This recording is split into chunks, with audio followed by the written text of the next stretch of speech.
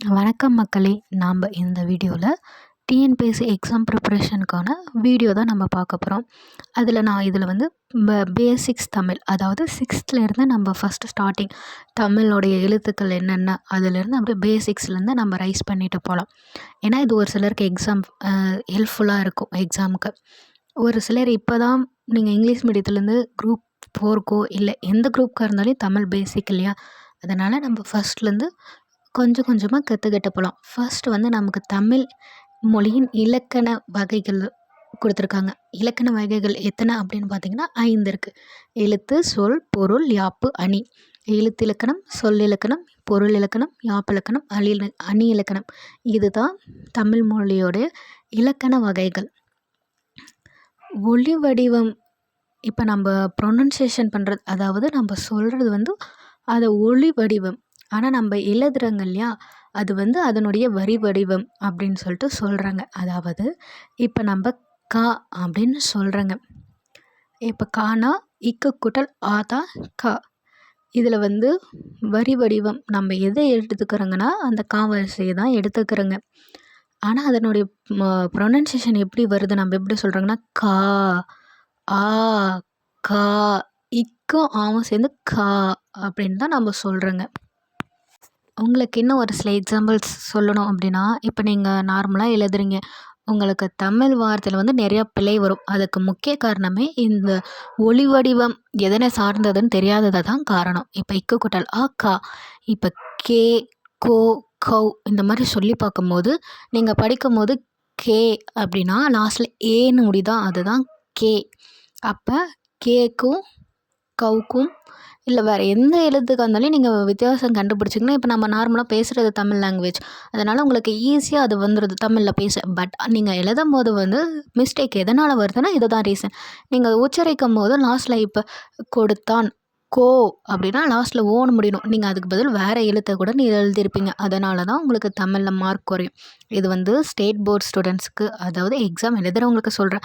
இதே நம்ம 4 அவுட், அதாவது குரூப் 2க்கெல்லாம் போனாங்கன்னா நம்ம தமிழில் எழுத வேண்டியதுமே வரும். தமிழ் ஆர் இங்கிலீஷ் எது வேணாலும் இருக்கட்டும், அதில் வந்து நீங்கள் சொல்லி பார்க்கும்போது அந்த ப்ரொனன்சியேஷன் கரெக்டாக வந்துச்சுன்னா உங்களுக்கு எழுதுறதுக்கு ஈஸியாக இருக்கும். அடுத்தது நம்ம என்ன பார்க்குறோன்னா உயிரெழுத்துக்கள். உயிரெழுத்துக்கள் வந்து 12 இருக்குது. ஆ முதல் அவ் வரை. அக்கு வந்து ஆயுத எழுத்து, அது வந்து உயிரெழுத்தில் வராது.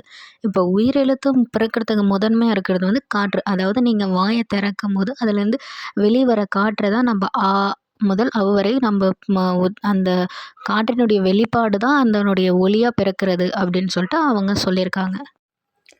நம்ம வாயை திறக்கும்போது அதாவது லிப்ஸை திறக்கும்போதோ இல்லை உதட்டை அப்படியே குவிக்கும் போதோ சேர்த்தும் போதோ நமக்கு 12 உயிரெழுத்துக்கள் பிறக்குது அப்படின்னு சொல்லியிருக்காங்க.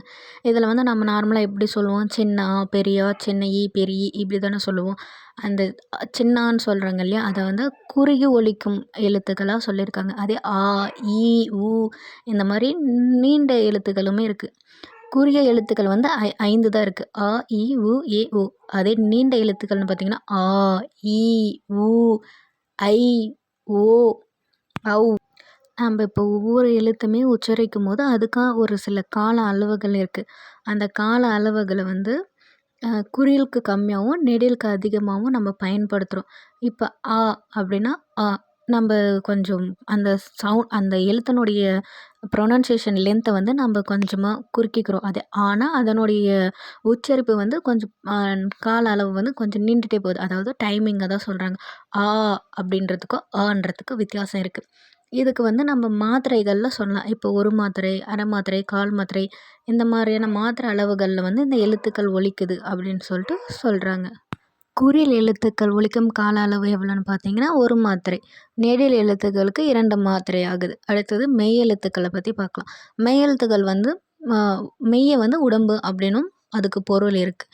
மெய் எழுத்துக்கள் வந்து உடலுடைய ஒலியால், அதாவது நம்ம ஒரு சில அசைவுகள் செய்கிறோங்க இல்லையா, அதிலிருந்து மெய் எழுத்துக்கள் பிறக்குது அப்படின்னு சொல்லிட்டு சொல்கிறாங்க. மெய் எழுத்துக்கள் வந்து மொத்தம் 18. அதாவது காங்காட்ச வரிசை தான் நான் வரைக்கும், அதில் அது மேலே புள்ளி வைக்கிறத தான் நம்ம மெய் எழுத்துக்கள் அப்படின்னு சொல்கிறாங்க. இந்த மெய் எழுத்துக்கள் தான் நம்மளுக்கு வந்து எழுதுகிற எழுதுகிற வடிவம் எதுனா மெய்யெழுத்துக்களுடைய வடிவம் எழுதுறங்க. அதே உச்சரிக்கிறதோ இல்லை பேசுகிறதோ அதை பார்த்தீங்கன்னா அது வந்து ம உயிரெழுத்துக்களுடைய அந்த ஸ்லாங்கில் தான் நம்ம சொல்கிறோங்க. அடுத்தது மெய்யெழுத்துக்களில் வந்து வல்லினம், மெல்லினம், இடையினம் அப்படின்னு 3 வகையாக பிரிக்கிறோங்க. வல்லினம்னா கசட தபற, மெல்லினம்னா கணன நமன, இடையினம்னா எரல வளல. நம்ம சொல்லும்போது இக்கு சீட்டு திப் இரு அப்படின்னு சொல்லாமல் கசட தபறன்னு சொல்கிறது நமக்கு ஈஸியாக இருக்கும். அது மேலே நீங்கள் புள்ளி வச்சுக்கினீங்கன்னா முடியுது. மெய்யெழுத்துக்கள் ஒலிக்கின்ற கால அளவு அப்படின்னு பார்த்தீங்கன்னா அரை மாத்திரை. அடுத்தது வந்து இந்த வெல்லினம் அந்த கசட தபற அந்த வல்லின எழுத்துக்கள் வந்து வன்மையாக ஒலிக்கிறது. கணன நமன வந்து மென்மையாக ஒலிக்கிறது. ஆனால் எரல வளல வந்து அந்த 6 வன்மையாகவும் இல்லாமல் மென்மையாகவும் இல்லாமல் அதுக்கு இடைப்பட்டு ஒலிக்கிறது. அடுத்தது உயிர்மெய் எழுத்துக்கள். மெய் எழுத்துக்கள் 18ம் உயிர் எழுத்துக்கள் 12ம் சேர்ந்து தான் நம்ம உயிர்மெய் எழுத்துக்கள் அப்படின்னு சொல்கிறோங்க. மெய் எழுத்தோட உயிர் குறில் சேர்ந்துச்சுன்னா அது உயிர்மெய் குறில். அதாவது மெய் எழுத்துக்கள் இக்கு கூட்டல் ஆ சின்ன ஆன்னு சொல்கிறோங்களா அது சேர்ந்துச்சுன்னா கா. இது வந்து குறில் எழுத்துக்கள் அப்படின்னு சொல்கிறோங்க. அதே இக்கு கூட்டல் ஆ பெரிய ஆ சேர்ந்துச்சுன்னா அதை வந்து நெடில் எழுத்துக்கள் அப்படின்னு சொல்கிறோங்க. அதை தான் இங்கே சொல்லியிருக்காங்க. உயிர்மெய் குறில், உயிர்மெய் நெடில். உயிர் எழுத்துக்கள் நெடிலாக சேர்ந்துச்சுன்னா அது உயிர்மெய் நெடில். உயிர்மெய் குறிலா அதாவது உயிரெழுத்து குறிலா இருந்து மெய் கூட செஞ்சுன்னா அது உயிர்மெய் குறில். அடுத்தது ஆயுத எழுத்துக்களை பற்றி பார்க்கலாமா? அதாவது ஆயுத எழுத்துக்கள் வந்து அது தனியாக சொல்லுவாங்க. மெய் எழுத்துக்களும் இல்லை, உயிர் எழுத்துக்கள் இல்லை, உயிர்மெயில் இல்லை, ஆயுத எழுத்துனே தனியாக அதுக்கு பேர் சொல்லியிருக்காங்க. அதாவது இது வந்து அதாவது அது ஒலிக்கிற கால அளவு மாத்திரையில் நம்ம சொல்லும்போது அரை மாத்திரை அப்படின்னு சொல்லலாம். இப்போ உங்கள் பேருக்கான மாத்திரை அளவை வந்து நீங்கள் கண்டுபிடிக்கலாம். கபிலர் கா வந்து குறில் அதுக்கு 1, பி குறில் தான் இதுக்கு 1, லாவும் குறில் தான் அதுக்கு 1, வந்து புள்ளி எழுத்து அதனால் அதுக்கு அரை. அப்போ இது டோட்டலாக சேர்த்தும் போது 3. இந்த மாதிரி உங்கள் பேருக்குமே உங்களால் மாத்திரை அளவை கணக்கிட முடியும். அடுத்தது இவங்க சொல்லியிருக்கிறதுக்கு ஏற்ப மாத்திரை அளவுகளை கொண்டு ஒரு சொல்லை வந்து நம்ம எழுதணும். இதை வந்து நீங்கள் ப்ராக்டிஸ் பண்ணி பாருங்கள். நான் நடத்தின வீடியோ உங்களுக்கு புரிஞ்சிருக்கும்னு நினைக்கிறேன். நீங்கள் தமிழில் வந்து பேசிக்ஸ் இதுதான் பேசிக்ஸ். இதை நீங்கள் கரெக்டாக புரிஞ்சுக்கிட்டிங்கன்னா நல்லா மார்க் ஸ்கோர் பண்ணலாம். உங்களுக்கு வேறு ஏதாவது டவுட் இருந்தால் கமெண்ட் பண்ணுங்கள். தேங்க்ஸ் ஃபார் வாட்சிங் அவர் வீடியோ.